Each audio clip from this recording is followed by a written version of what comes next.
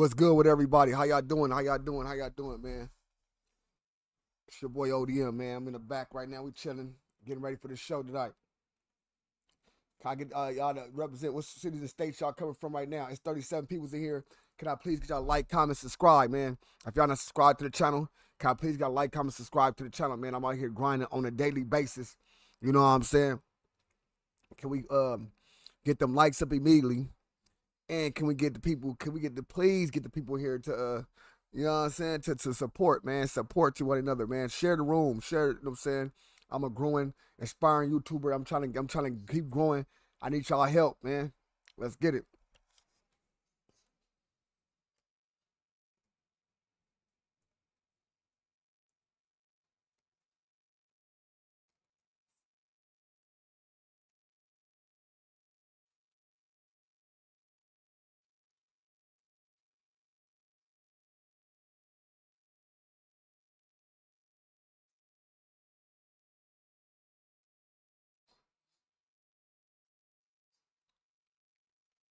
Double tap the screen, double tap the screen, double tap the screen.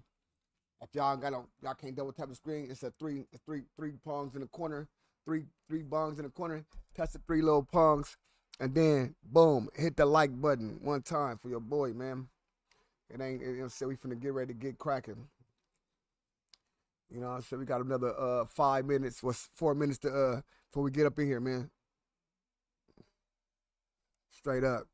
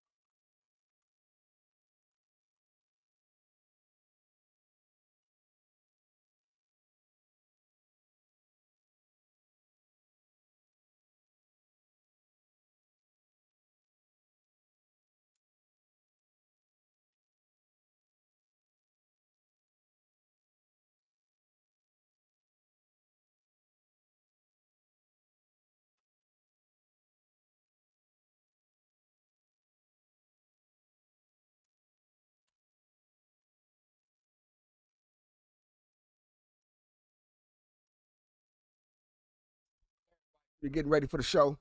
Getting y'all popcorn ready, y'all joints, y'all blunts, y'all, you know what I'm saying, y'all liquor.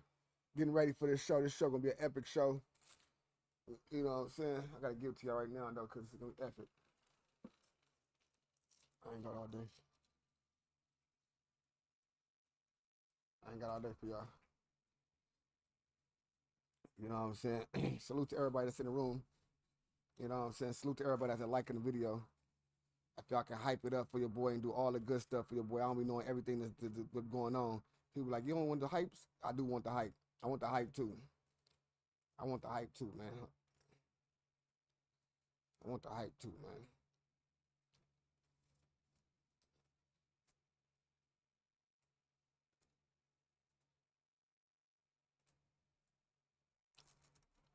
I need y'all, man.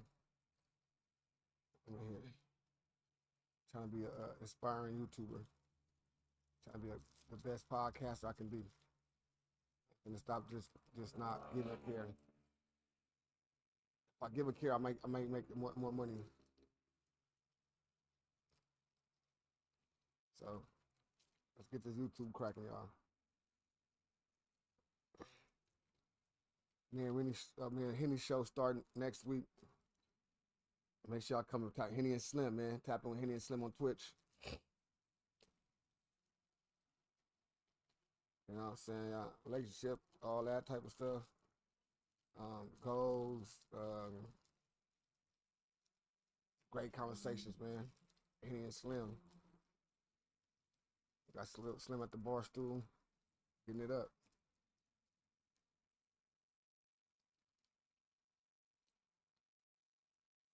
You know what I'm saying? All right, one more minute, y'all. 1 minute, 10 minute mark coming up right now. It's good. Roll my little joint up. Let's get it, y'all. Salute to everybody that's in the room. Appreciate everybody pulling up. Y'all, lifesaver. You know what I'm saying? I could be anywhere in the world. Y'all right here with Slim, ODM, doing it up with the ODM team in the Mud House with the Mud members. Salute all my Mud members.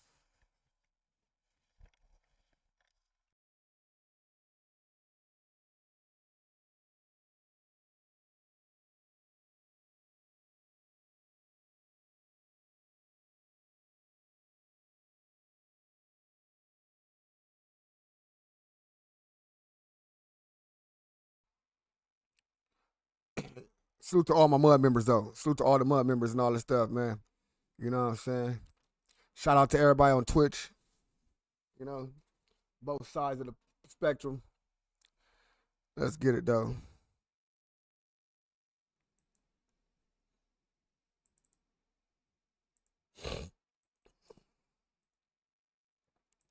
Dun, dun, dun, dun.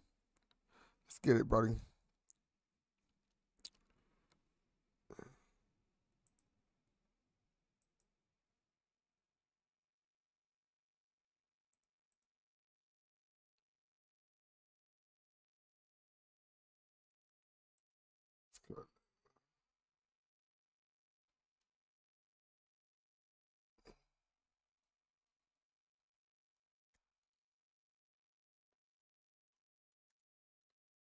Um,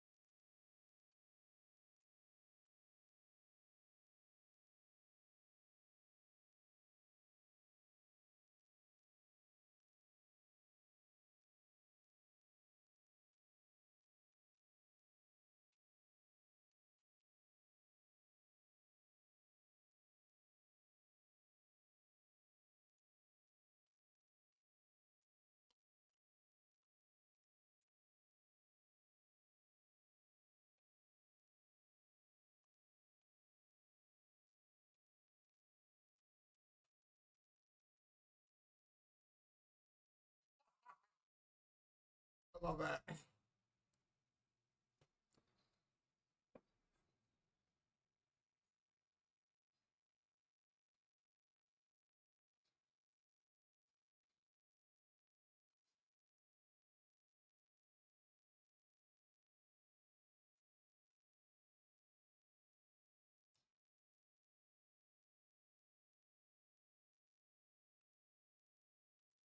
Oh,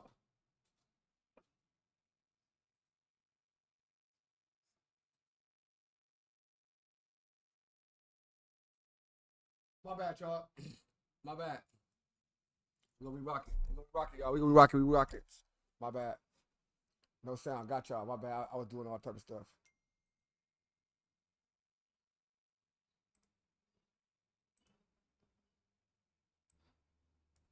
You was talking to me on the way to my hometown. Think of what they do, the chicken sandwich. Yeah. That Whole Foods. Turned down the fade. Epps. What's up, Shannon Sharpe? Man, look here. Funniest comic actors to emerge in Hollywood. He went from stand-up to comedic. Shannon Sharpe, I'm also the proprietor of Club Shay Shay. Stopping by for conversation and a drink today is one of the most hilarious comedic minds of our time. He's one of the funniest comic actors to emerge in Hollywood. He went from stand-up comedic star to a bona fide international movie star, one of the most celebrated comedians of our time. He tours the country and performs to sold-out arenas. Award-winning and critically praised actor, multifaceted host, writer, executive producer, entrepreneur, real estate magnate. Artist, entertainer, and extraordinaire. He's a powerhouse, an icon, and a legend. The OG, here he is, Mike Epps. What's up, Shannon Sharpe? Man, look here. Hey, you know this light not to happen. Fuck you, Shannon. Man, you, no. Boy, I ain't gonna lie to you, Mike. You had me on swole, I was gonna whip you. Okay, well, hey, you know what? Hey, you ain't got your boys here now. You get your ass toe up. What's up, Shannon? We ain't nothing right You here know, between us. you know two. what? I ain't gonna be no old person. But you know what? You know, I know you're a football player, but I ain't turning down no fades though. If we would have got in a fight, I wasn't gonna turn down the fade. You ain't not talking about you gonna shoot me. You in the bed talking about ta. You ain't want these problems. I never said that I was gonna shoot you, bro. What you say? Nigga, you in the bed talking some ta. Shannon, I didn't say that I was gonna shoot you. But them little niggas that love me was gonna, the little homies gonna probably tear your ass up. I wasn't finna fight your big ass, man. Let me ask you this. I seen you at the where did I see you at? Whole Foods in Atlanta. And you was nice as hell to me. That's what took me by surprise. What? I said, hold on. I'm saying to myself, hold on. I just saw this man at Whole Foods. We exchanged info. You hadn't did the interview with Cat. The Cat thing, that's... He ain't say shit about you. Look. I could have put you in there. You did say my name. Oh, Lord. I said Mike Epps was great. You said my name. No, nigga, the way you said my name, you said it like you was trying to set me up to get him to talk about me. I watched the interview, Shannon. This is what I said. I said Mike Epps played that. I said, can't nobody else play Day but Mike. You might have said that, but Yes. but you did say some other shit that and where I was up with that at, Shannon, to be honest with you, bro, I respect your podcast, I respect you getting your money. What threw me off was I'm like, this ain't interviewing nobody but comedians. Yes. That's what threw me off. Why? Because I'm like, this is our business, and look what Cat the shit up. So that hold on. I can't even do this shit now. That nigga broke the record. Why am I doing this shit? So let me ask you this, because I did catch a lot of flack. Yeah. Let me tell you why we branched out. Because in the beginning we did mainly athletes. Right. But I said I got the athlete. And see, I had to study that to know that. At first, I thought you started off doing comedians. I started off with athletes. Right. I said in order to what the Popeyes did chicken, Yeah. but in order to get bigger, what they do? The chicken sandwich. Yeah. So in order for me to get a different audience, let me do celebs, let me do entertainers, let me do comedians. Right. Yes, I can get the athletes, but I need to get a different audience because that's the only way you can grow. I get it. I mean, if Target just sold one thing, they're not going to be Target. If Costco sold one item, they're not going to be Costco. So in order for me to grow, that's what I had to do. Now, I didn't know I was going to have to whip a comedian in order to get even more followers, but I thought that's the route I was going to have to go.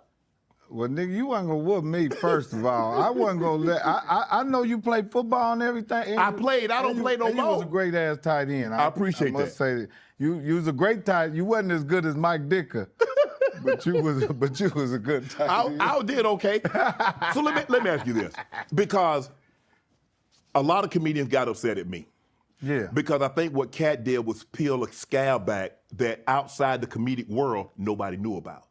Didn't nobody know that there was this hostility or this butting of heads between comedians because it was never talked about. Right. And so what Cat did is that Cat lifted the veil and like, oh, this one don't like that one and that one don't like this one and I don't like him and he don't like that. Yeah. And so everybody got mad at me. Yeah. I was like, bro, I mean, I don't know what y'all want me to do. Yeah. I understand that. I mean, the thing of it is that us as comedians, we all, every last person that Cat talked about, everybody that I talk about, we all worked hard as to get here. Mm-hmm. And I guess each one gets money the way they get money. Yeah. You know what I mean? Get it how you get it. Yeah, and that's what everybody has to respect. But like I said, it just felt like it was like the interview was set up to gear towards attacking. You see what I'm saying? Oh, that's what you realize the first 45 minutes, I didn't ask a question. Yeah, I understand that. So. Yeah, that was it. But that's what I'm saying. See, that's just like me right now. Right. I could tell a million stories about. I just need like 3 or 4. You need 3 or 4? Well, before we go into let's get a total. You want to talk about? I'm ready to go now. Check this out. I'm ready to go. This is my cognac. Who's the motherfucker you want to talk about right now? This is Shea by Laporte. It's a VS. Hey, come on, y'all. Let's get the likes up, y'all. It's 400 people here. Let's get the likes up, bro. Oh, there's some live show. Let's get it. You know what I'm saying? Let's get them likes. Let's get to 100 likes, man. We get to 100 likes. Ain't no problem. Let's get it. SOP cognac. I know you like cognac. I know you do. This is the best cognac you gonna ever put to your lips. You ain't put no P. Diddy in there. Man, go there you go, man. Damn. You have it over here in the morning. Hey, bro, you been in this thing 3 decades, bro. Damn, that's pretty smooth. It ain't, yeah, I thought. Yeah, you thought it was gonna burn. I know, yeah, see? That's pretty smooth. Yeah, I've been in the business 30 years, man. But you know what? When you and I had a conversation, we talked on the phone, and I just thought it was very important. I want to hear why you thought it was very important for you and I to have a conversation. Yeah.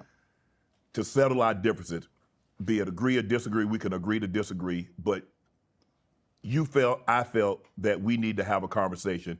And I'm gonna tell you what, I was gonna tell you my things from my point of view. I wanted you to hear from your point of view. Right. And I didn't anticipate you showing up at Country Kitchen. Sid set that up because she knew I was coming.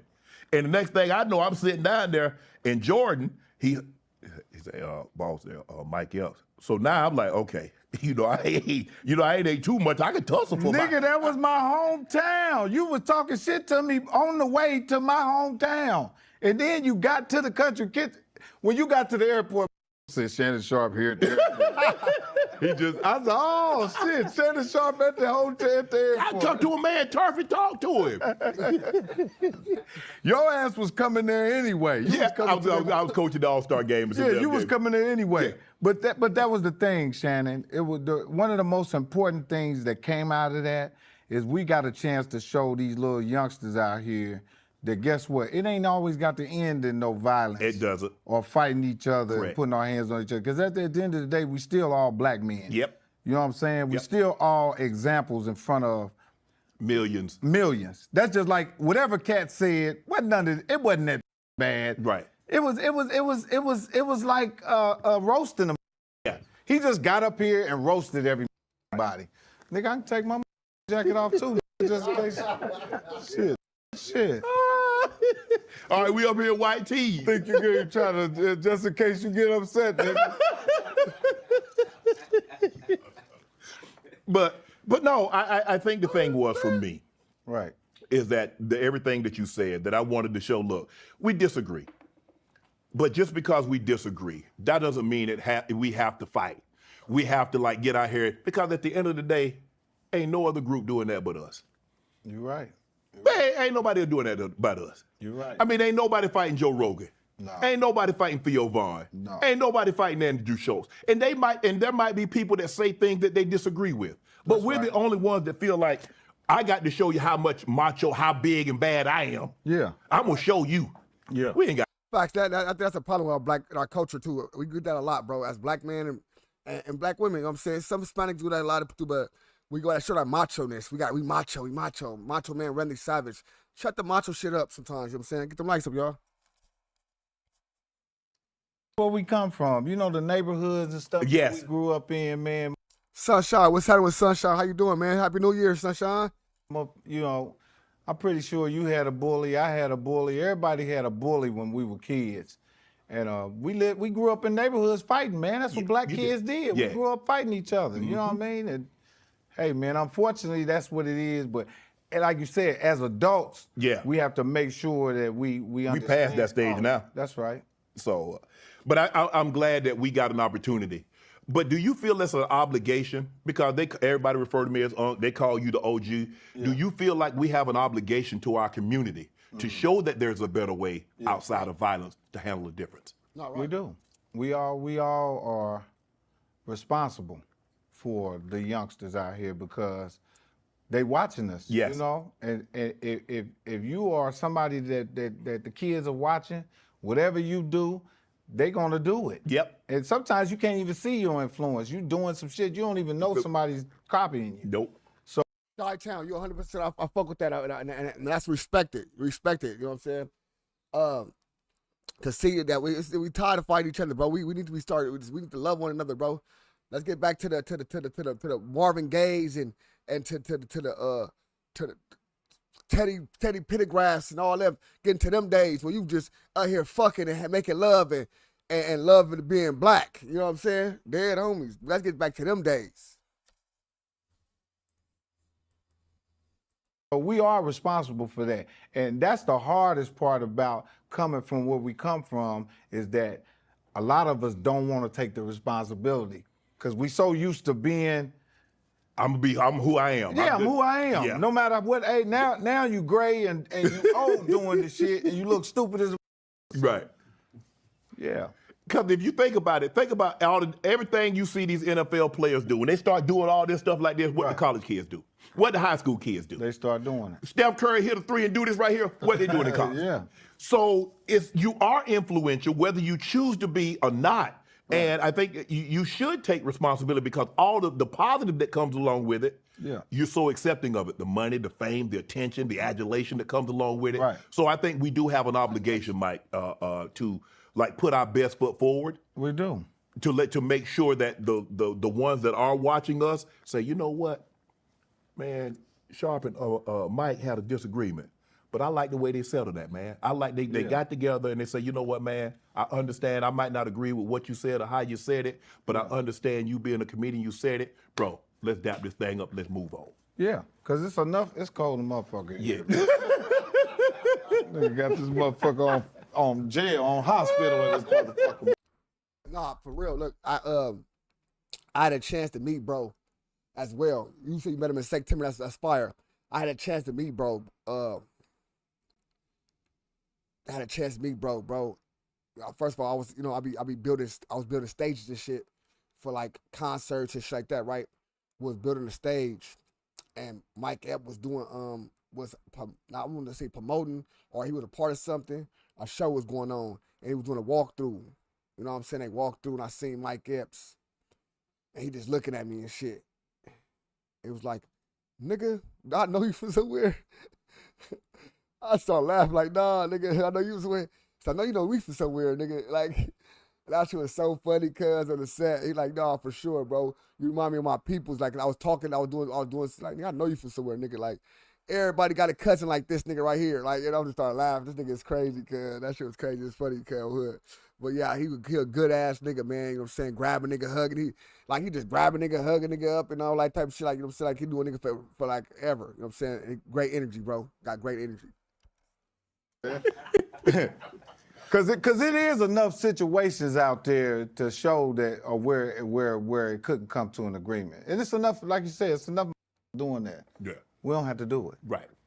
So when Cat came, like, people like, man, you said, I say, first of all, when someone comes sit down, I'll always ask them, is there anything you don't feel like you don't want to talk about? Because if you're sitting in that chair, which you're sitting in, I believe you have enough of a career that I can talk to you over your career about something that's not your most salacious or something that you don't want to talk about. I believe you have enough of a career that we can talk about, exclude that, and still get the best Mike Epps. That's right. So when he came, I had no idea what he was going to talk about, but that's his story. Like, Mike, if you tell me your story, and I'm like, Mike, that didn't happen. Yeah. That is your story. You telling me your story. I wasn't there. That's right. So I can't. There's like, man, you should have said no. Stop what? I don't know his relationship. Well, you know what I think? Because I met Cat Williams a long time ago. We did a thing called, it was a comedy competition in the Bay Area. It's called the Bay Area Comedy Competition. And Cat was as cool as a nice in a motherfucker. His name was Cat in the Hat. Yes. And Cat, when it was time to do next Friday, Ice Cube asked me, man, you know him? I said, hell yeah, that's Cat in the Hat from Oakland, because I thought he was from Oakland, because he was always like a Bay Area dude to me. I said, hell yeah, that's Cat. He said, man, he funny. He put him on Friday After Next. Right. So you knew him prior to Friday After Next? Hell yeah. Okay. From like I said, the Bay Area Comedy. I thought he was from Oakland. And then he did the Bay Area Comedy Competition, and I knew him from there. But he was always a cool, calm, funny dude to me. I never seen all of the crazy shit that happened. But I can honestly say this right here. I really think that coming up in this business, when you're young, as a comic, you could probably relate to it in sports. I think you do get brushed by older guys the wrong way. I done been brushed by a couple of them, but I don't say nothing about it because I understand what this is. It's a sport, and it's camaraderie. And when you first come in the game, when you first come in the locker room, just talking shit. Really? I mean, in anything. Yeah. I think when you're coming into prison, gonna try you. You go in the locker room of a sports joint. You know that. Right. Am I lying? They're not trying. A lot of, especially if you play, it's because it's like, okay, I might take somebody under my wing, but am I really trying to take somebody under my wing that's really trying to take my job, take food off my table? Hell no. So you're gonna be away with them, and I think that's what happened to Cat. Right. Crossed him a couple times. Steve Harvey. All of the motherfuckers crossed him some kind of way. Right. But it happens in the game. Because I'm an older comic now, and I run into all kind of young that sometimes I run into little young comics, and I be looking at them like, you need to get a job. Straight the up. Now, you're going to have to prove to me later on. Right. And if I see you again and you hot, I'm going to say, shit, this little end up turning into something. Right. But I know that can happen, and I'm pretty sure that happened to Cat. Right. Because it happened to me. Right. With some of the same that he was talking about. Damn. But I never took it the way that Cat took it. Right. You see what I'm saying? The only that I took that from when me and Kevin Hart had a little problem is Kevin was a dude that came right up under me. Right. You see what I'm saying? And he blew up, and he got famous, and he got rich, and they were no longer talking about Mike Epps. But before Kevin came along, they was talking. I had this shit locked down. Right. I did. I was out on the road, but I didn't know that other part of the business, which was business. Business. You know, I got in show business, and all I was good at was the show part of it. Cause I didn't grow up under business. And all I could speak for was really my work, which in later on in life, that shit ended up helping me because I did good work. And I didn't get the big accolades, but I did good work. But Kevin Hart knew how to do that show and that business. So he was able to get in there, and then I had to end up learning from him. Damn. That's how that shit worked. Yeah. The old learn from the new learn from the old.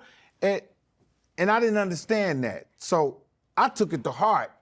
You know, I took that shit to heart. I was looking at him like, shit, this is a little dude that came up under me that opened up for me. That sometime I put money in his pocket. And he don't remember, but a couple times I've seen him and he would kind of brush me the wrong way. And see, people do that shit sometimes, especially if you get some success. Sometimes if you get some success and you hot and a person see you and you don't respond to them or act a certain way with them, especially if they are OG to you, they'll take that shit to heart and all. This motherfucker think he better than me, you know? That's how that shit ended up happening. And I told him that when I seen him, I said, you know what? You actually end up putting fire under me. That's what it ended up actually doing. It put fire under me because at the time, man, I was settled in whatever the I was settled in. I needed some young to come along that was hot and the people was loving them and looking at me like, what you gonna do? You know? That shit hurt, but at the end of the day, I'm like, okay, you know what? I know what I gotta do. I gotta stick it to them. So I just went back to my regular roots, to who I really was and how I started comedy. You know, and that shit helped me, propelled me to keep going and stop looking at the new, stop looking at the old, and just focus on what you got, because there's only one Mike Epps. Ain't gonna be no other Mike Epps. It's only one Mike Epps. Go do Mike Epps, and you're gonna get whatever you get from that.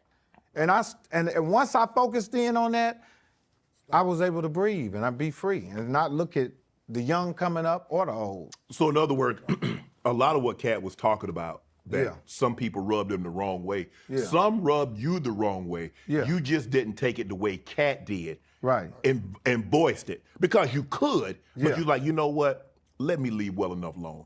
I'm eating. I'm okay. Yeah, and that's what I always say. I always say this, bro. I don't want nothing another man got, because that's his plate. That's how God want him to eat. You start envying people when you start looking at their plate and start looking at how they eating and how they this and that, because you trying to figure out how to eat like that when you got a whole different plate. Now, if you focus on this plate over here, this meal gonna fill you up, and you gonna probably find different ways to make this meal multiply to feed the family. But you gotta focus up over here. You can't focus over there and worry about what he eating, because what he eat don't make you shit. Period. That's a testimony to believing in yourself and believing in your art.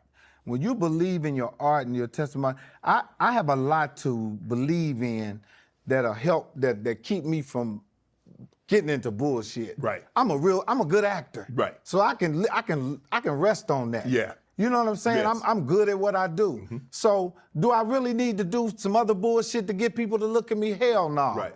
But it's days I wake up, I'm like, oh shit, I need to get a podcast. Right. Because it looked like the business is leaving me. You know what I'm saying? Right, yeah. Oh, Shannon Sharpe just got a big ass deal. I got to do this. Right. Let me go get me some glasses and a tight ass shirt. I'm serious. I started looking at little tight shirts and shit. I said, I'm finna do it. I'm not lying. That shit did cross my mind. Because when you see a getting money and success, you start thinking, your way your mind flick is like, I can do that. That's right. And I'm going to get left back. Right. But only you can do that. This is your thing. Yeah. This episode is brought to you by Prize Picks. Whether you're starting a new routine, making player picks for the first time, trying something new can be hard. But in life and on Prize Pick, it always feels good to be right. Friday after next with Ricky Smiley. Right. I had Ricky Smiley on the show, and it was great. Ricky was unbelievable. He's one of my favorite guests. Right. He divulged some information that I didn't know. Right. He said that he was originally cast to play Money Mike. Cat asked me, why? I said, Cat, how am I supposed to know? I wasn't on the set. I got to take, if you were to say, you know what, Sharpe? That's not true. Check this out. If you were to say Sharpe, I was originally scheduled to play Damon. Yeah. I got to believe that because you were there. How would I know that's not true? So I said, Cat, how would I know that's not true? So when we released the episode, and we had that clip that Ricky said that he was originally scheduled to do Money Mike, Cat responded up under it. I didn't think he said anything bad. I didn't know that wasn't true. I don't think that was true. I think that knowing Ice Cube and watching how he works, because I done worked with him many a times, and he is involved in the casting. Yes. I think Ice Cube might have, vaguely told, because that's how Ice Cube is. He might tell a nigga, go read these 2 parts. I want you to read for this one and read for that one. Right. I don't know if that's what happened. Right. But it's something in the longer lines of that. Right. Where Ricky could have thought that. But Money Mike was originally for like I'm saying. So if you look at it, I don't think Ricky liked the part he played. Because he had the bandana on, you couldn't see it? Yeah, and he said that me and Ice Cube was really hitting him hard with the tree. You know when we found him. And that nigga kept saying, man, y'all hit me hard with the tree. And Ice Cube was like, what's up with this dude? I said, I don't know. I said, I'm not hitting him hard with the tree. You was. You were framing. I wasn't you were hitting that framing nigga, it, man. Yeah, you were. Yeah, hey, Mike, you were framing on him, man. I wasn't hitting that nigga with that tree. Ice Cube slammed the tree on that nigga. And when he slammed it on him, Ricky got up and said, okay, that's it. No more of the tree slamming on him. Man, I can see now you went overboard with it. Man, I swear, I wasn't the one hitting. Yeah, I was hitting him with the tree. You was hitting. But I really wasn't trying to hit him with the. I mean, sometimes when in acting, I think Ice Cube might have told me go ahead and hit the nigga for real with the tree. No, he didn't tell him that. Oh, that nigga Ricky go mad. I knew the did that on purpose. Yeah, and so that was the situation. I didn't know. I was like, well, damn. I remember thinking, I said, CJ, man, he revealed that he was supposed to be Money Mike. I said, people gonna really love this because he get. So I didn't know. But can you see Ricky as Money Mike? No. Right. It's hard to see because when we've all seen somebody was originally supposed to play this part, or somebody was supposed to originally sing this song. Yeah. And after you hear that person sing the song, like, I know you can sing, but I don't think you would have did it like this person did it. Yeah. So no, I can't see him. I think Ricky played the role of the Santa Claus, and he played it amazing. Yeah. That klepto Santa Claus. Do you think Gonzalez should be sitting where you at right now instead of you? I don't know if that's his call. No. But I just said nigga. I was just fucking with you. But if you look at the tight ends, look at all the tight ends. Me, Jason Witten, Gates, Gonzo, all the guys. No, you took that shit to the next level though. You made it where you was the first tight end that was catching that shit. Yeah, but I think the thing is, you know what it is, Mike? You said it all. When people come sit across from me, within the first 5 to 10 minutes, they look at me and they say, "This man ain't judging me." Whatever I've done or haven't done, I don't look at somebody with judgmental eyes, and so they're willing to open up to me because I don't have any judgment. That's good. And I think that's the thing that people love about me. You got them drunk or I didn't lead nobody. I don't make nobody say anything. So the question. They just want to you like a detective. You make tell on themselves. Like on First 48, the niggas just sit there and just tell the nigga all that shit. That's because most of these want to need a daddy. You look like a daddy to some of these. But let me ask You you, don't look like no daddy to me. You look like a big old. You older than me, Mike. I ain't older than you. How old are you, Shannon? 57. How the is my older than you? I'm 55. Do I look older than you? Kinda. Hell no. You don't look like you, motherfucker. Stop cutting your face like a white man and let the beard grow on your shit. See how old your old Southern I ain't ass never had no looking facial hair, ass man, nigga. because I ain't never had no beard, That shit won't grow. It'll grow. Yeah. But I shave every day. That shit won't grow. You got I shave every day. No, I ain't got no splotchy. That ain't patchy. I ain't got to do no filling. No, You gotta walk around like a white man. All your shit shaved like that. And so, but I think the thing is, when Cat came on, though, everybody that Cat was really talking about had already been on the show. Yeah. Ricky, Said, Steve. Yeah. And the thing is, with Said, I asked Said, Cat said, you stole one of his jokes. Said, well, Shannon, if you take the timeline, it don't add up. He was talking about, I think he said about a spaceship and so forth and so on. So here come Cat again. I was like, Cat, I don't know, but I ain't heard that joke. You know joke. You in the comedy club. Yeah, so you know people joke. Yeah, but you know what? Just looking at what he was doing, the went and turned the check into it. Went out on the road. Yeah. And went out there, and people came to see him off of what he said on this show. Yeah. That was his hustle. So that's what it was. Yeah, them niggas should have came back on here and roasted his ass right back. They said all kind of shit, but you know what I'm saying? Everybody's different. I don't think they them type of dudes. Right. You know what I'm saying? But he should have came on here and roasted them back. You mentioned that you knew you had known Cat from the Bay Area, so when you saw him on Friday After Next, were you surprised at how well he played that role? No, man. You got guys like me and Cat, certain guys in the business. You know, we come from we can reach back and grab certain things that. First of all, me and him from the Midwest. He from Cincinnati. I'm from Indiana, and you know we coming from a different perspective when it comes to acting and performing. But I wasn't surprised because I knew, you know, Cat been around some shit. He done seen some shit. So, you know, when it come down to this acting thing and this comedy thing, if you don't have that background and that history, it's gonna show up in your work. You know what I'm saying? It's gonna limit you on your jokes. It's gonna limit you on your creativity. So, no, that was a perfect role for Cat. And like I said, Cat is a great actor. Right. You know, like myself. But, you know, personally, everybody has their own personal shit.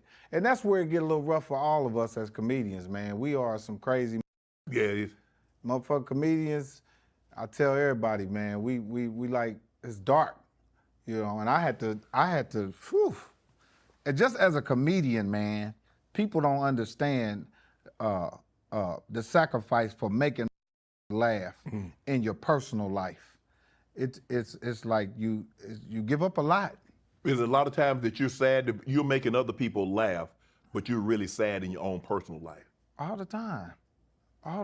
That's one of the hardest things about being a comedian, and they call it a tears of a clown. You know, because it's the real sacrifice of making someone laugh is that you got to be sad to make me laugh. You can't be happy and make me laugh. Right. And if I see something that you're happy, it's kind of made up, you know, because we come from dark places, man, to make people. I know I'm standing up here telling motherfuckers my whole personal life, and they dying laughing. Right. And I gotta go to a therapist and tell the bitch the same thing. You know what I'm saying? And she gotta make it make sense for me before I go make them up. Laugh about it. So you got 2 therapy sessions, one what you're getting paid for and the other you're paying for. Come on. 2 therapy sessions. One I'm paying for and the other one I gotta, don't laugh.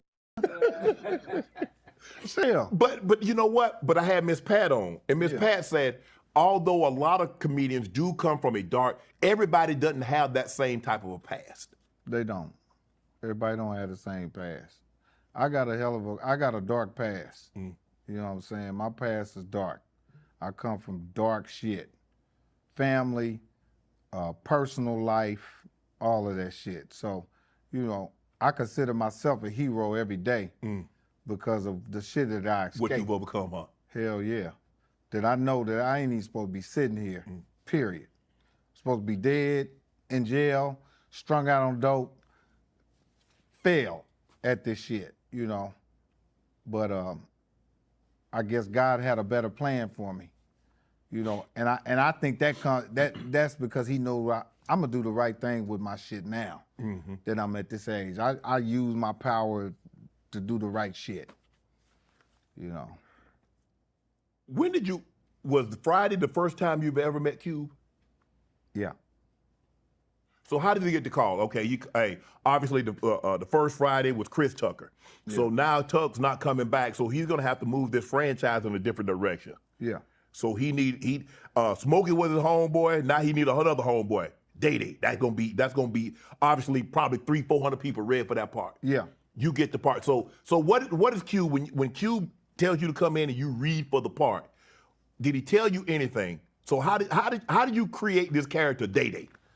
Well, at the time that the first movie that I did when I got to LA was 3 Strikes. It was a movie called 3 Strikes with DJ Pooh. I met Pooh. He said, "Damn, boy, I wish I would have used you as the main role," even though my man Brian Hooks did a great job. He said, "Damn, boy, I would have used you as a great." I said, "I know, man." So I did a small part in that movie, but my manager, who's still my manager, his name is Niles Kirshner. When I first moved to LA, and this is some funny shit. When I lived in New York, Red Grant. Yeah. Your partner. Yeah. Red we played ball together at State. Yes, Red Grant used to come to New York and sleep on my floor. Damn. When I moved to LA, I rode a bus from New York to LA. Shit. That probably take you a week. 7 days, yeah. Took me 7 days. Cause they stopped everywhere. You did it before? It took me like 6.5 hours to get from Glenville to Columbia, South Carolina. That's crazy, right? I said, God. Yeah, they stop everywhere. Yeah. So I took the bus out there, man, and Red Grant said, "Man, I got an apartment over here off of Venice, man. You can come stay on my floor." I said, "Come on, Red, I'm gonna stay on your floor." I'm sleeping on Red's floor, man, and I had a little partner, man, named Lil Marcus, Baby Looney. He was a straight gang member, but he was so nice to me and cool. I never seen that part that side of it. They said he was a straight hitter, right? He was telling people he was my manager, so he take me up there to the comedy club. We at the comedy club. My man Niles, who's my manager now, he was a manager at Jamie Foxx's management company. Okay. Which was Marcus King and his wife, and that's who I was signed with. Niles went to school with Matt Alvarez, who was the producer of Next Friday. Okay. He said, "Man, we got to get Mike up here to do an audition." I went up there audition, and when I came off the stage, man, my man Baby Looney said, "Mike, Ice Cube want to holler at you." And when I turned around, man, I seen Ice Cube and John Singleton standing there, and I almost peed on myself. I said, "Damn." And he said, "Can you act?" I said, "Hell yeah." And he started putting me on the auditions. I start auditioning for it. Every time I show up, I see a lot of comedians audition for it. Now, don't forget, everybody's trying to audition for this role that Chris Tucker didn't want to do no more. Right. Which was Next Friday. Correct. I mean, was the first Friday. So this role was really hot in Hollywood. And I'm performing and auditioning. A bunch of comedians that I know was auditioning for it. Every time I audition for Ice Cube, when I'm done, he look at me and go like this. So I'm like, okay, I got this. So I'm thinking in my head, okay, I got this motherfucker. Make a long story short, unfortunately, my little homie that was bringing me to the auditions, man, little Baby Looney, he got killed. Got murdered up on Sunset, man. I'm talking about a beautiful young brother, man, but was in the streets, wasn't no joke. Good little guy, right? Gets killed. The day that I went to his funeral, I left his funeral and took my funeral clothes off and put my regular clothes on and went in that audition and got that role, man. And that day that I pulled up, I seen Marlon Wayans, all kind of. I was like, oh, I thought I had it, because he kept looking at me going like this. You doing good. Man, I pull up, I see all kind of out there with the power. I said, oh, I ain't gonna get this shit. Man, I went in there and got that role. And when I seen his wife, Miss Jackson, laughing, I said, oh, man, I think I got this role, man. Right. You know, and I got that role. I called my mom. I said, what you want? She said, buy me a washer and dryer. I said, I'm gonna buy you a house. She said, no, you gonna f my Social Security up. Because I get $700 a month. You know, I get $700 a month. You gonna f my Social Security. But I know black people, hey, you ain't been messing with that Social Security. No, $700 a month. I don't give a fuck what you do. What is it about Cube that he loves comedians? Chris Tucker, he had John Witherspoon, he had DC Curry, he had Bernie Mac. He had all those guys. He had AJ John, Jamie Foxx. What is it about Cube? With comedians. And comedians in his movies. I don't think Cube has ever really been in a movie. Obviously, you know, the XXX stuff. No, he did. Yeah, he did a few. But I get what you're saying. Johnson Family Vacation and all that other stuff. Let me say this about Cube. As long as I've been a fan of Ice Cube since 1989 NWA. NWA. He's always had, if you listen to his music, he always had a comedic sense to his music. Mm-hmm. Once Upon a Time in the Projects, you know, I mean, on and on and on. And I think that he's a comedian in his own right, you know, so he knows how to work with comedians. He knows how to be the straight man. He knows how to be that guy that'll play off of you and let you get your shit off. Yeah. Like he did for me and Cat and all the rest of us. Everybody that Cube touched on the comedic side, gold. Now, on the other hand, you have to have it to bring it too. Mm-hmm. You know, I tell people all the time, man, Cube put me on. I put the movie on too. Mm-hmm. I made that character. You did. The franchise of a movie too. Right. You know, so it takes both moving parts to make the shit work. Yeah, I mean, now that you think about it and you look at all the comedians that you say, there are a lot of comedians, obviously, that were reading for the part. Yeah. I don't know if they could have played Day Day like you. No. Because that's how Cube wrote it. And unfortunately, it would fitted me, because if he would have wrote the character different, might have been a different story. Wow. So, you know, he's a genius when it comes to that. Hey, what's up, y'all? It's your favorite Unc, proud partner of Roast Sparks. Have you ever had one of those nights? Maybe you're watching other. Because I think he caught on when I was younger. Mm-hmm. Like, this dude want it now. Right. This dude want to make it now. This dude. You do realize that a marathon is a race. You meant to say this is a sprint. You know what I'm talking about. Yeah. It's not a sprint, it's a marathon. Yeah, I get what you're saying. Yeah. This nigga here. I knew you was going to get me on here and do a Sesame Street thing with a nigga, man. Hey, look, the man said, take your time, do it right, so that you could be here for a long time. Right. And I took that advice, you know. And to this day, I think Chris Tucker is mad at me because I did the next Friday. To this day, I said that's. But how is he mad at you? He didn't. Okay, the reports are that he didn't want to do cursing and he didn't want to be smoking weed. Well, I heard through the grapevine he said they should have left it alone. That they f***ed it up by keep doing it. It's too much money to be made. Well, you know, you can say that same thing about The Godfather. They should have left it alone, but they had 2 and 3. That was it. He did such a great job. I can see him saying that. But I don't think anybody. But nigga, my mama needed to wash it dry. But I think what was I supposed to do, Mike? I think the thing is, I love the way what Cube, the pivot he did. Yeah. Nobody could have played Smokey. Nobody could have played Smokey. He had to do a whole different character, a whole different way of doing it. Nobody could have played it. And see, that's what I thought I was about to come and play Smokey. Mm-hmm. But I fooled him. And I'll never forget the first day I did that, when I was on the set and they said action. And when they said cut, I'm not bullshitting. John Witherspoon was sitting there looking at me like this. And the set was silent. It was quiet. Because they was waiting on me to bring it. They like, nigga, you better bring this shit. And I was nervous. I went up there and told Cube. I said, man, they ain't laughing. You know what Cube said? It ain't time for them to laugh. I said, okay. He said, I'll let you know when it's time to go there. Yeah. Go there. And by the time it was time for me to go there, and I came down the stairs and said, why y'all let the fat bitch jump on me. Y'all just, it was over with. They was laughing. I said, I'm gone now. You know, and that, you know, so that was pretty much the layout, Shannon, you know. But you know, as great as Cube has been to a lot of people complain about the pay. Yeah. That Cube don't pay his actors and Cube don't do this. After all that what that man has done, we got to get a man his flowers because he's put so many people on. Neil Long was in the movie. And Well, see, his pay is different. And if you want to ask somebody, if you want to compare to what somebody gave you for one movie, and it was your breakout movie or your first movie, you ain't in no $300 million budget movie. You ain't in that yet.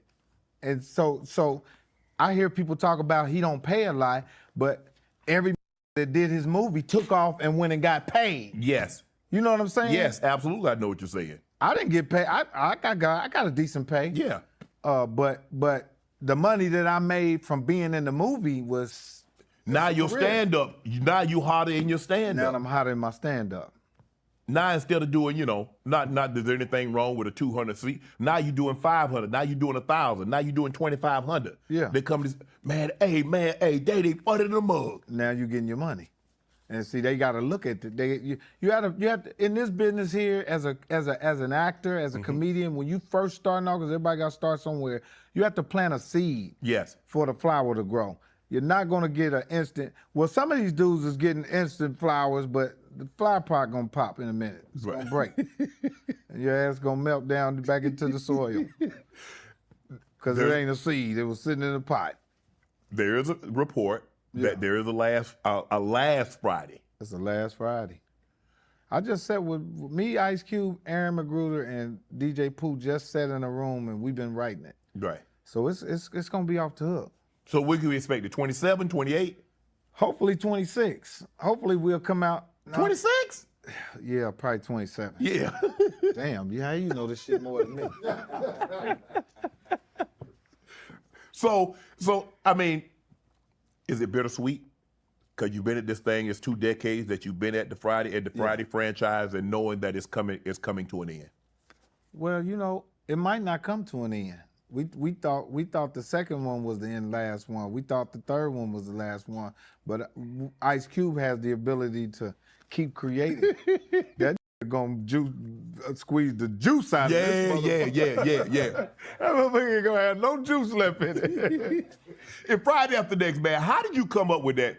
You cussed them old ladies out. Them ladies come out there with the pamphlet and you say y'all selling in the name out here, selling in the name of the Lord. That's the thing about film, and knowing somebody's gonna do something, you know what the reaction is. But if you don't know what I'm gonna say, when I walk up to you, it's gonna throw you off. I got a real response out of them ladies. Yeah. It really shocked them. Yeah. But them as knowing that they in a movie they couldn't break, so they just went on with it. Yeah. That shit was real. They didn't know what I was gonna say. I just walked up to him and said, "Why y'all using God to sell pussy on that?" And the old lady said, "Oh my," that's how she was looking. But they just kept going. Right. They kept, they stayed in it, man. So how much freedom does Cube give you to ad lib? Oh man, that's what he do. I remember I went in the script. I mean, I was sitting in the trailer with him, and he just took the script out my head and threw the mother. I said, "What the f-" was that?" He said, "Come on, let's go." But the script is the guideline, Right. and we have to say certain words to lead us to the next scene. Okay. So it's certain shit that has to be said, and it's certain shit that he's like, "Okay, this scene right here, do what you want. Go ahead in there and and if he had to pull me back, he'll pull me back." Should we expect some up and coming comedians in the last Friday? Yeah. I mean, like I tell all the comedians, a lot of people have been hollering at me about that movie. I said, Cube he gonna make you audition. And he ain't just handing out no part. Cause sometimes like Leo ain't gotta read for no part. Denzel ain't reading for no part. Samuel Jackson not reading for no part. No. There's some people that are not reading for a part. They're not reading for a part. You gonna read for this part. Even though not me. I'm part of the franchise. Right. But these new guys, yes. I'm pretty sure, I respect him for doing that because the only way you'll see it is if you see it. Like I can guess all the way and try to pair a person up with a character in a script. But to see it is to believe it, you know. So I agree with that. Right. Do you think Chris Tucker has regrets about not returning to Friday, seeing how successful that it was? Because in the beginning they said, well, he wanted this much money, and well, then you heard other people say, well, it was about his religion, and he didn't want to smoke weed, he didn't want to do all that cursing, he didn't want to do all that drinking. But then I guess, you know, when what was that movie that he got with Jackie Chan? I mean, they came along and it's like, well, he was the perfect example of he might have been the that first started off saying the Cube didn't pay. Right. Because I remember he had a joke that said, man, that paid me in T-shirts and CDs. That was his joke that the nigga used to do on there. Right. And then, but what he did with that role was crazy. He went and did Rush Hours. Rush Hour, Money Talk. So he went and got paid off of the role. Do I think he regret being in it? To some degree. Why would he regret it? It put him on the map. I mean, look what he did afterwards. Yes. I don't think he get. Do you think he gets Rush Hour if he's not in Friday? No. I agree. I think Rush Hour got him. I think next Friday. I think Friday got him everything he was gonna get. Would he have been a star outside of Friday? I think so. Yes. Yeah, because he was good. Yes. He was good at what he did. But definitely the Friday role put him where he was. It was crazy. And I'm glad that they didn't do it. Don't do another. I was waiting on him to say he wasn't gonna do Rush Hour. I was gonna say, hey man, they got a light-skinned nigga that'll do all these roles this dark nigga won't do. Did you feel pressure? Because even though that was a different character, you were a comedian, replacing a comedian in the franchise of Friday. Did you feel pressure? No. I didn't feel no pressure because of where I came from, how hard I worked. You gotta think about it, Shannon. I lived in New York for 10 years, man, doing $50 rooms, $25 rooms. Damn. You know, yeah, not making no money, man. You know what I'm saying? So that true, like some, not making no money. We had Roy Woods Jr. on. He's like, hey, sometime, man, all they pay you in buffalo wings and drinks. Yeah, well, I don't know where that nigga was performing. I always got a couple dollars for performing. $20? At least some gas money. Roy, where the was you performing at when nigga gave you some chicken wings, nigga? You parlay Friday After Next to All About the Benjamins. Yeah, All About the Benjamins. That was a script. Me and a partner named TC, my partner TC, we found the script. Took it to a guy named Ron Lane. Ron Lane wrote it. Took it to Ice Cube. Ice Cube rewrote it, and we shot the movie. So at least the second movie, I brought it to Ice Cube. Right. You know what I mean? He put me in one, then I brought him one. Yeah. And that movie was incredible too. It was. But you said that was like, you had a lot going on during All About the Benjamins. You had a lot going on in your personal life, in your private life. Yeah. How were you able to, because as a professional athlete, we have to compartmentalize. Yeah. I got to play the game. Whatever I got going on at home, whatever I got going on, the game is the most, so I'm going to focus here. Yeah. Now, once I'm done with the game, I can decompress and I can deal with whatever I got going on outside of the game. Yeah. How were you able to compartmentalize? Yeah. Focus on, I got to do this read, I got to get through this movie, but I got chaos in my life. Yeah, well, you know, first of all, the next Friday movie, it did something to me. It f***ed me up. I couldn't believe I was famous. I couldn't believe I made it. It really did a mind trick on me.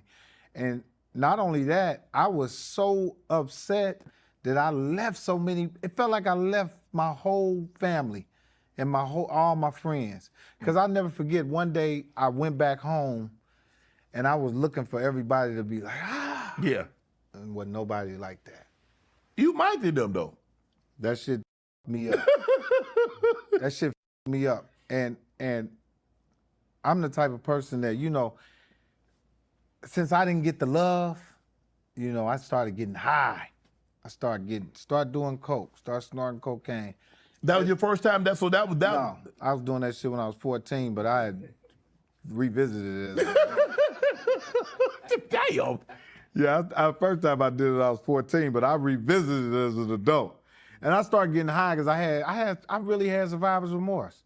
I swear to God, I was so hurt that I left so many people back in my hometown, my friends, because I was really out here by myself, you know. But what were they gonna do? It was they could act, they couldn't sing, they couldn't dance. So why you make it seem like they actually could do something and you didn't help them? They couldn't do what you did, Mike. They couldn't do what I did. And then I had pressure me on to bringing money back home to buy a kilo of cocaine, all kind of shit. Damn, Escobar. Yeah, because you got to think about it. I came from the street. Yes. I came straight out of jail and started doing comedy. I was in the street, and I wasn't successful at it, you know. And that shit followed me, man. You know. I mean, for a long time, I would come back home, man. It was niggas still talking about I owed them money, and I'm like, shit, I can't pay no old ass 20-year-old debt with you with no, man. I tried to buy my friends. I tried to buy my family. I couldn't buy none of them. The ones that were naturally jealous of me, they was just. It wasn't nothing I could do to them.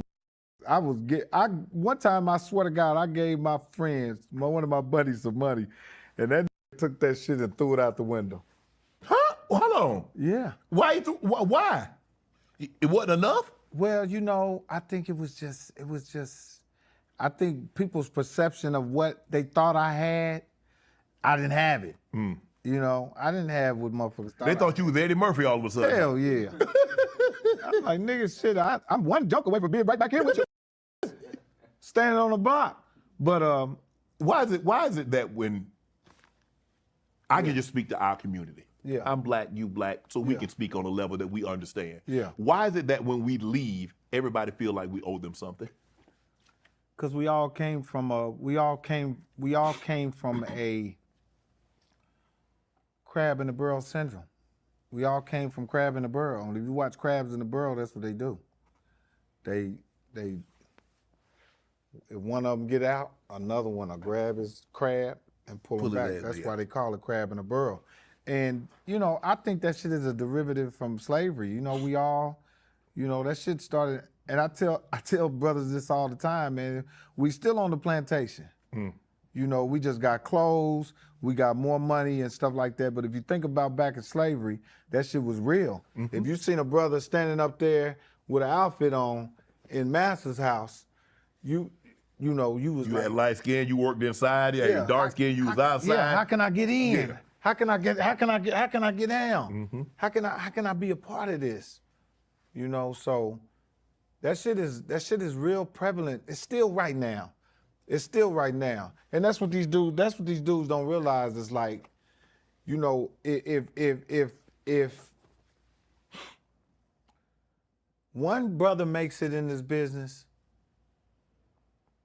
he don't understand that he's the guy that they use to make all the other brothers rise to the top. He's the guy. He's the center guy. You know, he's the template of what we are. They all compare us like that. I was just sitting on the plane and it blew my mind, but the shit is real. I was sitting on the plane with an older white lady, and people were speaking to her. She said, "Who are you?" I said, "Chris Brown." And she believed that shit. She said, "Oh, I can't believe I'm sitting here with you." I'm serious. I said, "Yeah, Chris Brown." And something must have hit. She said, "You've gotten a lot older." I said, "Yeah." I said, Rihanna and them wore me out. They drove me crazy. I was talking shit, right? And then she must have called her daughter on the phone. She called her daughter because I seen the lady, she started looking at me like this. You ain't Chris Brown. Yeah, you ain't no Chris Brown. And but it didn't make me mad because the first thing I said to myself, we sitting on Southwest, heifer. You should know that I ain't no damn Chris Brown. Right. She didn't know who I was. She probably didn't know who damn Chris Brown was. She knew who Chris Brown was. She did. Probably. No, she probably knew the name, but I don't know. 55-year-old nigga with a schnauzer color gray in his chin. When you did All About the Benjamins, those lines, 15, 30, 35, 15. Yeah, them joints right there, them was... That was ad lib. Yeah, I was high right then. Damn. Yeah. How you show up to work high? Like now. No, I'm just kidding. No, I'm just bullshit. No, I'm just bullshit. No, you know what? Man, I was 20-some years old. I could do everything at that age. You know, my comedic timing, I don't care what position I'm in, I am able to still tell jokes. You can wake me out of my sleep and I'm gonna crack a joke. That was my calling. This is my only talent that I've ever been able to harness. That's right. I tried all kind of shit, Shannon.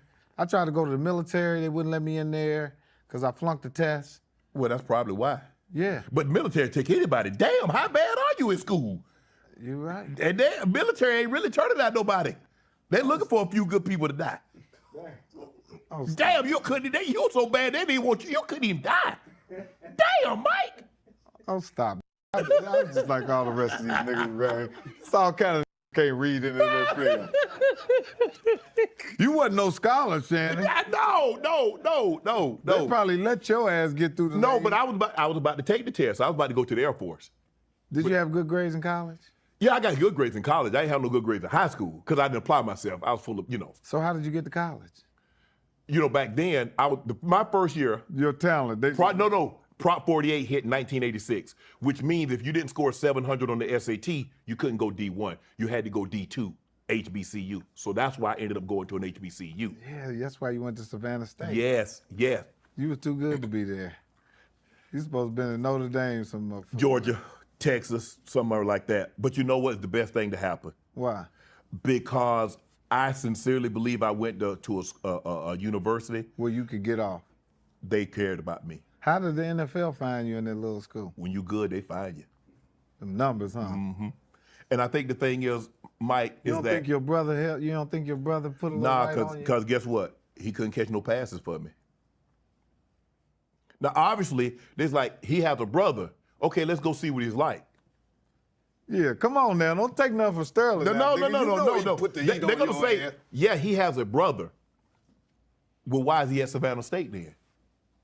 If he that good, why is he at Savannah State? His brother's at the University of South Carolina. Then they see me play. Okay, he's big, he's fast. Okay, they got raw. The tape on you. And the thing is that obviously we don't have a wide receiver coach, a tight end coach, a running back coach, an O-line coach, a this coach. We ain't got 15 coaches on offense and 15 on defenses. So they look at me as like, okay, he's raw.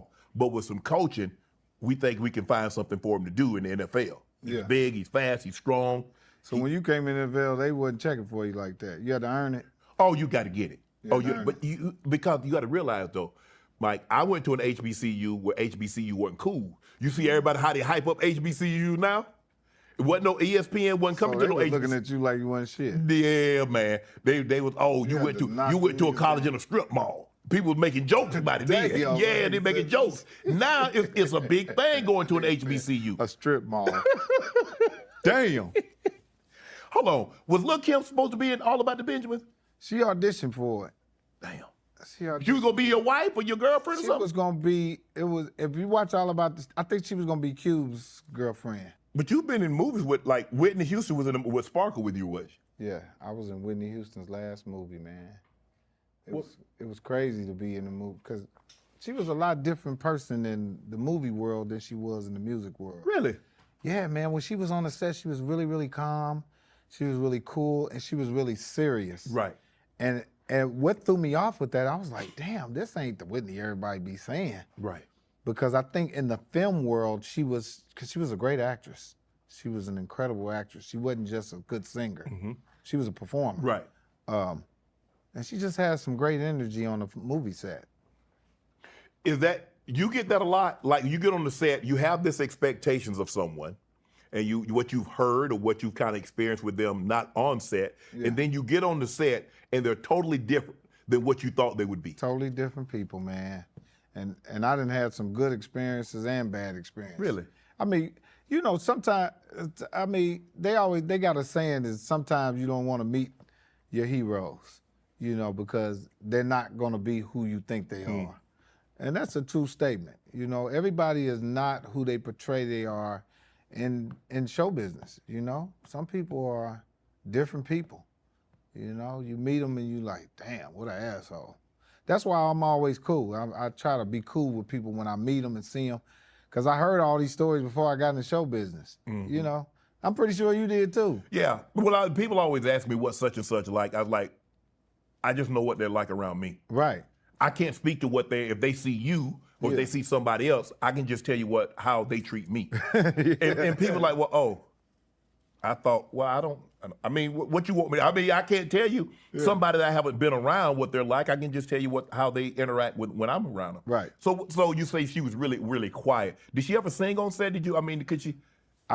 I tell a story. One day I was on my way to the set, and I had to always walk past the trailers. And I was walking past the trailers, and I heard Whitney Houston singing she was playing Michael Jackson in the trailer. And man, it sounded like they was both in there singing together. It blew my mind. Damn. You know, she was in there singing. I'm like, damn. So that hurt it, man. That really hurt me because I had just met her. You know, I had did a previous video with her and Bobby Brown years ago, but I didn't get to meet her. This was the first time that I got to meet her. And oh man, she was such a beautiful person. You think somebody could beat Whitney in a versus battle? Hell no. Hell no. I doubt it. Shit. But you was also on the set with Beyonce in Fighting Temptations. I did a movie with Beyonce and Fighting. I did actually work with Beyonce on the Apollo. When I first did Showtime at the Apollo, Destiny Child was on the show. Really? Yeah.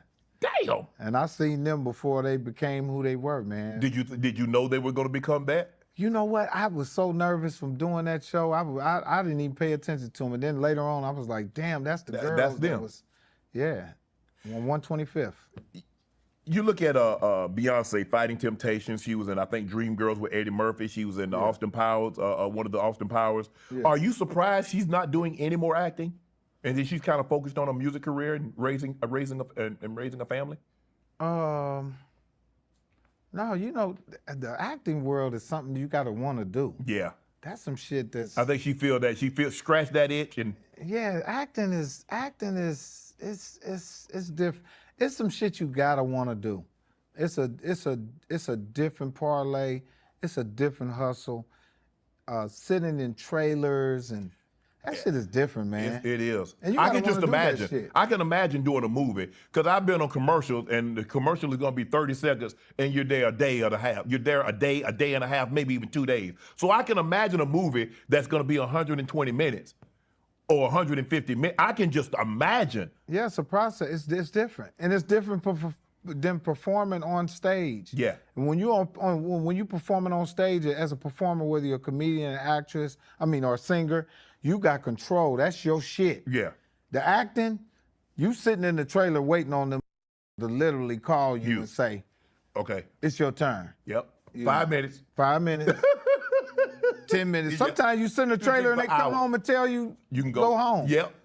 Yep. It's different. It's a different hustle. So we gonna rap for the day. What you mean rap for the day? I've been here all day. We can finish this today. Welcome to the movie world. Someone that we had on the show that I know you're familiar with, Monique. Yeah. I love Mo. I love Monique too. She Welcome Home Roscoe Jenkins, Three Strikes, Bessie. Yeah. People have this perception of Mo because what they heard. Yeah. You've been around her in a more intimate setting on set, been around her a lot, probably been on tour with her. Yeah. What's Mo like? Family. You know what I'm saying? One of them cousins or one of them aunties that don't bite her tongue. Nope. Gonna say how she feel. Yeah. But sweet, man. Monique, good people, man. Me and Monique, we did a comedy festival. I ain't gonna lie, I love Monique, y'all. That's my dog. I love Monique. I really love her. Up in Montreal called Just for Laughs. Mm-hmm. And I didn't have no ride back home. And Monique and her mother and her brother, I rode all the way back to the States with them. Damn. Yeah, I rode all the way back to the States with them. She is a very motherly person. Yeah. Because off camera, Brother Shannon. Yeah. You know I'm praying for you. Off camera, huh? Yeah. Oh, Brother Shannon, I'm praying for you. Yeah. Hey. But see, she's another one. See, that's what I'm saying. In this business right here, people cross people in paths. People do shit and little shit like, you know, like if we sitting under a table, right? Yeah. Say this is a table. Right. We at the dinner table, and nobody can see me doing this to you. And you just jump and say, you kick my mother. Now, from everybody else's appearance, They like, you overreacted. You're crazy. Yeah. But that's what happens in this business. Wow. People nudge people the wrong way, and they pretend like ain't nothing happened. And you're supposed to take it and deal with it because it's me. Yeah. I'm the one. It's me now. You want to work now. Yeah. You want to be around here. So don't even say nothing about what I did that might have offended you. So if you don't bring it to me, guess what? I'm going to go publicly and talk about every motherfucking body in the business. And I think that, man, I'm telling you, that shit happens to everybody. You know, and if you don't address it to nobody, because what happens is when you get home and you sitting around, you're like, that. You know what I'm saying? That's some bullshit. And you're really upset because you didn't check them right then. Right. So you go on a platform and just blast it. Being in The Hangover.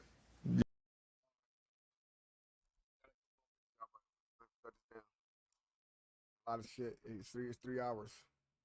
I might do part 2 tomorrow.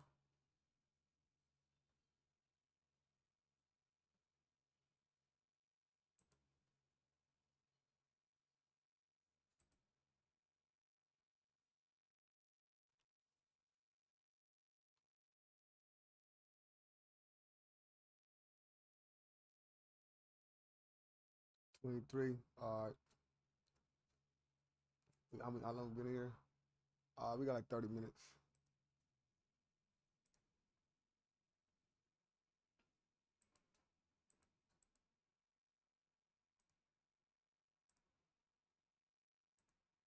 Yeah. I ask a lot of people, and some people like, hey, an audience is an audience, a funny joke is a funny joke. Yeah. But is there a difference between a black audience and a white audience? Yeah. Hell yeah. Money. Craft service, shit. You can see a whole bunch of differences. Shit. No, but seriously. So so when you go on stage, let's just say for the sake of argument, you in Harlem and you got 5,000 people and they're black. Yeah. Now you go to Oklahoma and you got 5,000. You got to tell different jokes. You do. You actually have to tell a different joke every time you go in front of any audience. Really? Yeah. Every audience is different. And black people celebrate different than white people. Yeah. And that's what throws a black comic off, is that when white people laugh, they say, ha, ha, ha, ha, ha, ha. Black people, see what I'm saying? Niggas hit each other out there. Yeah, that's us. Yes. So, but that's how we are. That's how we are. That's our makeup. That's how we celebrate. So that shit'll throw a comic, because it did me like that. And I get off stage, I'm like, damn, man, them white people ain't laughing at me. Right. They laugh different. And that's like Dave Chappelle and them, they know how to do that shit. Man, Chappelle. They know how to master that. And see, my whole thing with I don't think white people trust me 100%. I mean, your background, I mean, you did, do some. But even if don't even know that, I guess they can see the arrest. Yeah, but you got little beady eyes. Hey, but you know what? That's the real truth. I said, guess what? Your success, it spans off of the trust, and white people, they let me in their house. I ain't gonna take nothing out of there. This time. No, back in the day I would. Had all their VCRs and TVs up at the front. Because that's how niggas used to do when they break your house. They bring everything to the front of the door and just set it there. Go make a bologna sandwich in the people's house and all that. You've been on sitcoms. One on network television, Uncle Buck. Yeah. And now during the final season of the Upshaws, I love the Upshaw. Thanks, Creature, man. my favorite. Thanks, man. Creature be tearing you up, man. Hilarious, man. Creature be tearing you up, man. I ain't gonna even hold you on that one. Is there a difference? Do you have to, because like Netflix versus ABC, is there a difference in performing and how you do it on like a streaming platform versus a network television? Yeah, you know, the streaming platform, you're able to be yourself more. Okay. I've always looked at network television as a commercial. Okay. It's a commercial for you to show who you are and to do other things, to ride in the parade on CBS, get other commercials and stuff. Because it's a commercial network. Right. You know, it's a sale network. So if you do a television show on one of these main networks, that's what you are. You're really doing a commercial. Right. I want to ask people this, like when people get killed off, it was reported that you got killed off because you asked for a raise. Is that true? And which one? What was that show? What the Survivors Remorse? Yes. No, I didn't get killed because that was LeBron's show. I didn't get killed. I didn't get off the show because I got another show, which was Uncle Buck on ABC. And I was a fifth lead on that show. I had to go for the... You got the bigger bread. Even though the show didn't go, but I still had to take the chance. Right. That's why I wasn't on the show anymore. Right. But what they'll do on a show is if you're not on it no more, especially if you're black, they're going to kill your ass. Is that written into your contract that you got to let them kill you off? Can you just not show up no more? No, they're gonna kill you without asking if you want to die or not. They're gonna get rid of your ass. The dude Michael Melly asked me that shit. The director, how do you want to die? I said, huh? we killing you on the show, so let me know how you want to die. I said, oh yeah, make it a car accident. Damn. You know, that's how they do.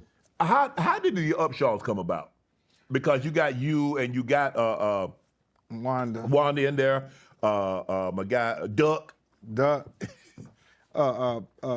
Kim Fields. Yeah. Regina. You know, yeah, that's all I do is create, man, and you spend a lot of time doing that, huh? Yeah, that's all I do is think of different scenarios, think of different television shows, movie ideas, and I take them. And when I write, I'm always writing casting at the same time. I'm writing with this person in mind. You know what I mean? So when it's time to pitch it, it matches. So I called Wanda. I said, man, I gotta. First I called Wanda. She ain't called me back. I said, oh, this is some bullshit. You know, I start saying all kind of crazy shit. You know how you say some crazy shit. Then she called back. I felt bad as hell. I said, oh, Wanda done went Hollywood on her. She don't want to call me back. Yeah, I know she think I'm a Def Comedy Jam. Hello, Wanda? And I pitched her the idea, and she loved it, man. We went to Netflix, sold it, went for 6 years. Wow. We're in our final year, man. And it was great to do, man. It really was. The kids got old on us. Yeah. You know? You said something very interesting. You said you always got these ideas in your head and you're always writing. Can you sleep at night? Because it doesn't seem like you can turn your mind off. No, not at all. I've been having sleep apnea my whole life. Because, you know, like I said, Shannon. You mean insomnia? Yeah, my insomnia, but... sleep apnea is like you start breathing for an intermittent period of time. Yeah. Shut up, nigga, you know. Here we go with this shit right here, go again. I have sleep apnea also. You know? I do. I have insomnia also. The inability to sleep at night, you know, you stay Which one I got? Insomnia. Sleep apnea is like you stop breathing for a period of time. Oh, no, nigga, I'm breathing. You have to get that machine. I might not know it, shit. I might have to watch somebody watch me sleep now. Yes. So, right? Yes. Somebody told you that shit, right? Well, I did. I took the sleep test. That's what I need to do. I stopped breathing for up to like 90 seconds at a time, which is not good. So I got fitted. I'm going to get the machine next week. Wow. I'm sitting there talking to a nigga that don't breathe. I've always had it as a kid. Even like when I'm just sitting around, my sister used to always, Boy, breathe.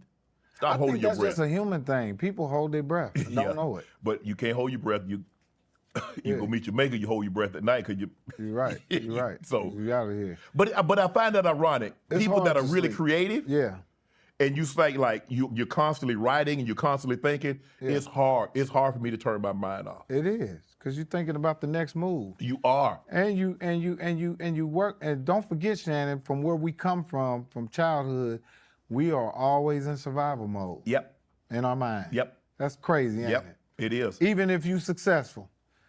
Bills paid, everything done, still surviving in your head. You are. Still trying to not fall, Never, still trying to win. I'm never like Shannon. You I mean you don't, cause I don't, cause that's the way we were brought up. Yeah, surviving, trying to win. Shit. Of all the characters that you played, what's your favorite character?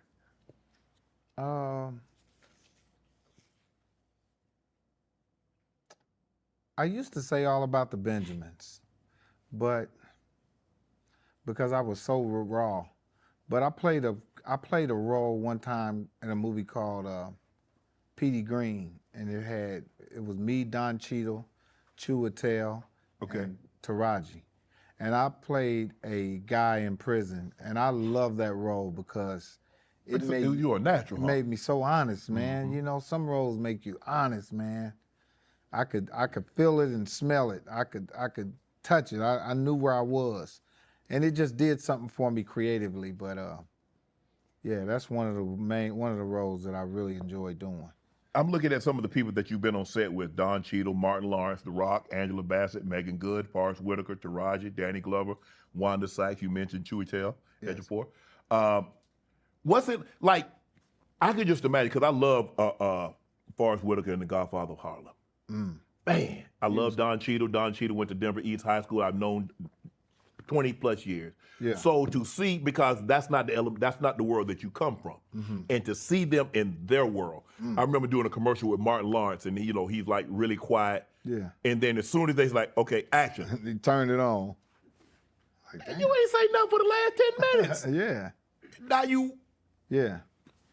That's the anatomy of an artist, man. You know, I think to live with the art, to live with being funny all day, you know, you want to have a cut on and cut off switch. It should drive you crazy. Really? Or or you'll be one of them dudes that's running around and can't cut it off all day. Right. That's Do people want you, when they see you, do they want you to be funny all the time? Hell yeah, they want me to be funny, and sometimes I'm not.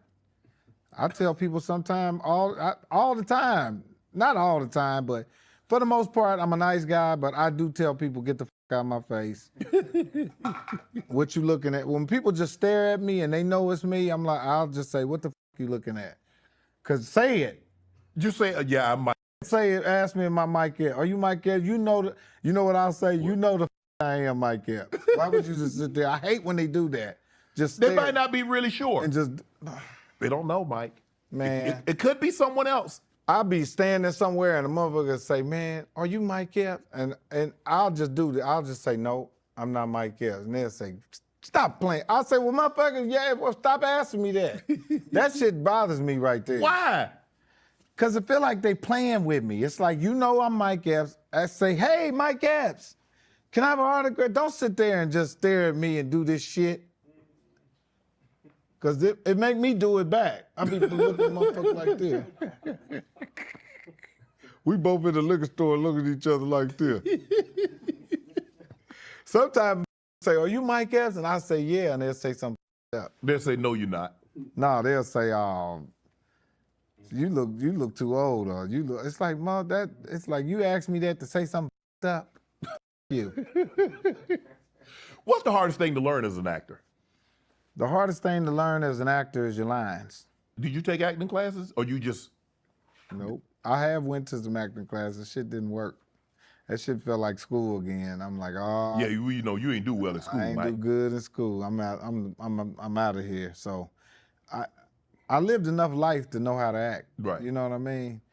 And I learned a long time ago as a kid, if somebody's watching you talk to somebody, that's the camera.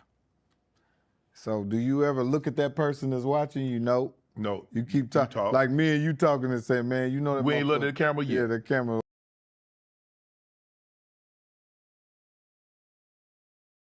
Over there. Yeah. You know what I'm saying? Right. So that's helped me learn how to not look at the camera. But I wouldn't say that I'm A-list actor, but I can, you know. You can hold your own, that's all. I can hold my own. For what they, and I haven't had the opportunities to show a person that yet, you know. What they ask you to do. Yeah. They're not asking you to be Oscar. They're asking you to be Mike Epps, which is funny, which is hilarious, and to deliver a line on cue. Yeah, that's it. But I want to show people that I can really get into it. So you want to take on more serious roles? Yeah, I've done a lot though. I've done Death Wish with Bruce Willis, Acts of Violence. I've been in Vapaka with Forrest Whitaker. I've been in a lot of serious roles, you know, as a comic. And, you know. It's hard, though, when you. It's not a joke. And most comics, you ain't gonna hear their name is in no actor lineups. Right. Like when it's time to cast, they're not calling them. No. But they'll call me and, you know, I'll get at least a shot at it. Right. Yeah. Have you ever been embarrassed? Have you ever forgot your line? Hell yeah. Damn, Mike. Hell yeah, all the time. All the time. It's not easy, you know? Mike. Yeah. You got 6 months. They send you the script. They say, okay, Mike, you got the part. So before they start shooting, you got months to remember. Your mind can play a game on you right in the moment of acting. You can really, like, your mind can freeze up where you can't remember what you were supposed to say. Dead ass. When I did Hangover, John Goodman, they had a big ass truck, a trailer, with the trailer up, and they had a big ass TV screen with his lines on it for him to remember. And in the middle of the scene, he'd be like, yeah, God damn it. He was doing that. He couldn't even remember that shit on the thing. Damn. And that's John Goodman. We done seen him in a million movies. Yeah. But it just go to show you that the way the brain works when you're trying to memorize. The memory it can be tricky, you know? Man, I got new respect now when I see Denzel doing all that with that training day. Oh, Denzel's one of the coldest that ever did it. Oh, for sure.